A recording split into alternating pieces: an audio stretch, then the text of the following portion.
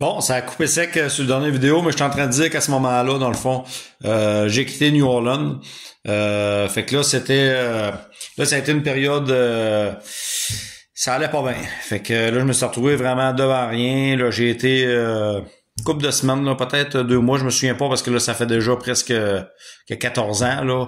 Mais en tout cas, fait que là, je me suis retrouvé un peu devant rien, puis revirement de situation, finalement, on m'offre une job de commis aux pièces dans un concessionnaire Ford automobile à Rimouski.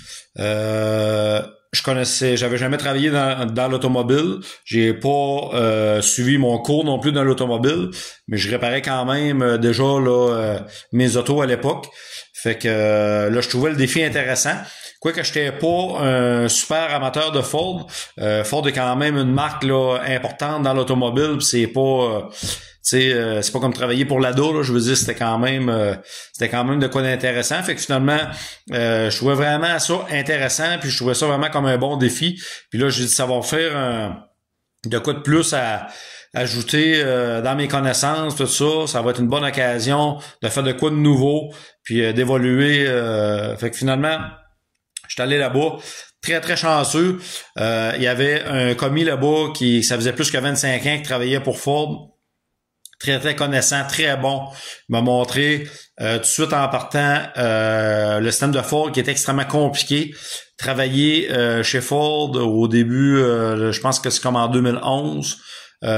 C'était quand même assez complexe parce qu'il y avait encore les vieux catalogues avec les part lists, les tags et tout ça. C'était en transition un peu avec les nouveaux systèmes. À cette époque-là, on m'avait dit, si t'es capable de travailler chez Ford aux pièces, tu vas être capable de travailler n'importe où aux pièces dans ta vie après ça. Fait que j'avais trouvé ça intéressant de ce point de vue-là parce que je me suis dit si à un moment donné, tu sais, je m'en vais ailleurs, chose qui allait inévitablement arriver, mais en tout cas, fait que j'ai travaillé à peu près 1 an et demi là-bas. Puis après ça, j'ai eu une occasion d'aller travailler à Rivière-du-Loup, qui était pratiquement la moitié de la distance ou presque, là. Fait que finalement, là, j'ai transféré à Rivière-du-Loup. Quand je suis arrivé là-bas, c'était le fun parce que j'avais déjà un bon bagage d'expérience. Puis j'étais déjà je connaissais beaucoup de choses que le concessionnaire là-bas qui était moins vieux connaissait pas. Fait que ça a été le fun pour moi là, de donner un coup de pouce là-bas puis d'aider à leur à s'améliorer puis tout ça. Donc j'ai fait à peu près encore 1 an et demi là. Puis à un moment donné, question de comme je disais, j'étais pas tant un amateur de Ford. En partant, j'aimais plus ou moins la marque. Puis là, à un moment donné, il y avait beaucoup de changements, la vision de l'entreprise, en tout cas, bref. Fait que finalement, là, j'ai eu une occasion de retourner comme mécanicien pour un concessionnaire Kubota puis Massey Ferguson. Fait que finalement, j'ai retourné. J'hésitais quand même un petit peu au début parce que là, ça faisait déjà 3 ans que je faisais plus de mécanique agricole. J'avais pas, je veux dire, j'évoluais quand même dans mes projets personnels parce que ça va être pour d'autres vidéos que je vais vous parler des projets que je fais puis qui se continuent encore aujourd'hui. Mais ça fait qu'en tout cas, j'ai hésité à cause de ça, mais finalement, ça s'est bien passé. J'étais arrivé là-bas, il y avait des mécaniciens d'expérience. C'était une business qui était bien établie depuis longtemps. On m'a fait confiance au début, on m'a testé un peu pour être sûr que j'étais capable de livrer la marchandise. Ça s'est bien passé. Fait que encore là, j'avais de nouvelles choses à apprendre au niveau des nouvelles machines, les choses plus récentes, encore là, les ordi diagnostiques puis tout ça. Je dirais le concours de circonstances, on m'a comme approché certaines choses qui allaient pouvoir peut-être se passer dans le futur. Finalement, c'est là, il y a eu d'autres choses, il y a eu du mouvement de personnel, je me suis retrouvé à plus faire exactement qu'est-ce que j'étais supposé faire au début. C'est compliqué à expliquer, mais à un moment donné, là, je commençais à moins aimer ça un petit peu. Fait que là, encore, autre concours de circonstances, là, on le sait, à un moment donné, surtout depuis peut-être les 10 dernières années, Puis surtout depuis le COVID, on le voit, ben là, les gens d'expérience puis les gens qui sont bons sont plus difficiles à trouver. Fait que finalement, j'ai fait comme 1 an là-bas. Puis quand ça a fait presque 1 an, là, quasiment, ben pas jour pour jour, mais en tout cas, ça faisait à peu près 1 an. John Deere à Saint-Anne-de-Clair m'ont rappelé, puis les autres avaient perdu leur bon commis aux pièces. Là-bas, qui était un des leads, si on veut. Puis les autres, ça leur prenait vraiment quelqu'un d'expérience, puis connaissait le produit de John Deere, puis allait être capable de livrer la marchandise.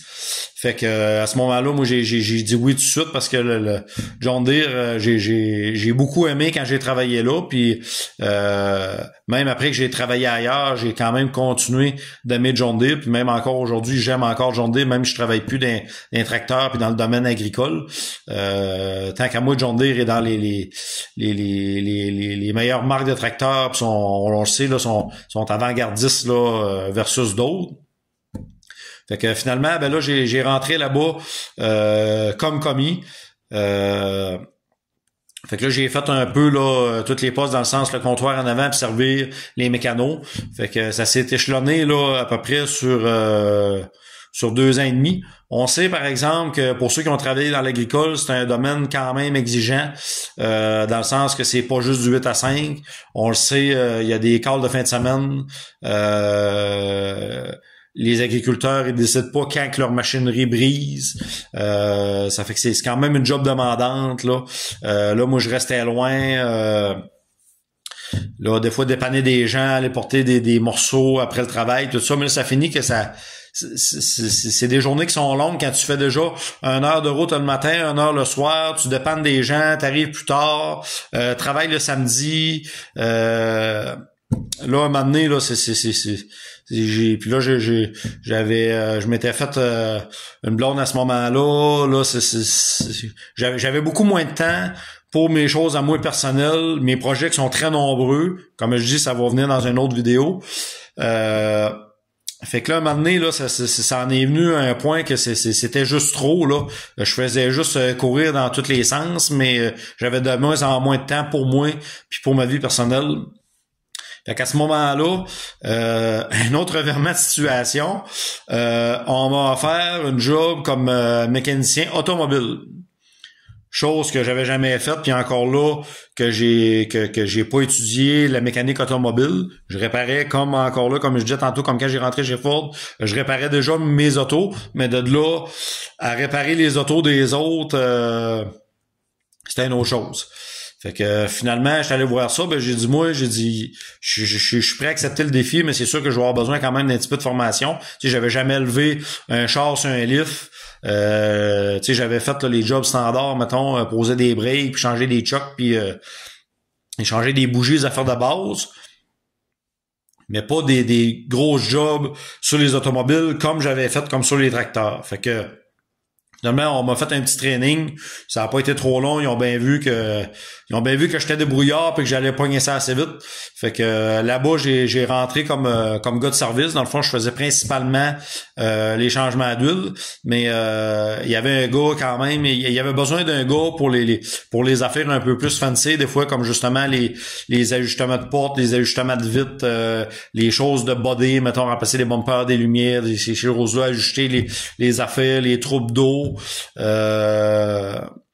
Fait que toutes les choses là qui sont pas de la grosse mécanique en tant que telle, mettons les gros jobs compliqués comme remplacer une transmission puis ces choses-là puis les alignements, il y avait besoin de quelqu'un pour ça, puis moi c'est ça je faisais ça. Puis comme tous les jobs que j'ai fait dans le passé, ben quand t'as réparé des biscuits à pédales, tu sais c'est quoi, tu sais c'est des petits morceaux, c'est des affaires minutieuses. Fait que j'ai toujours été habitué à travailler des affaires fancy et des affaires minutieuses. Fait que là ça cadrait exactement avec qu'est-ce que j'étais bon.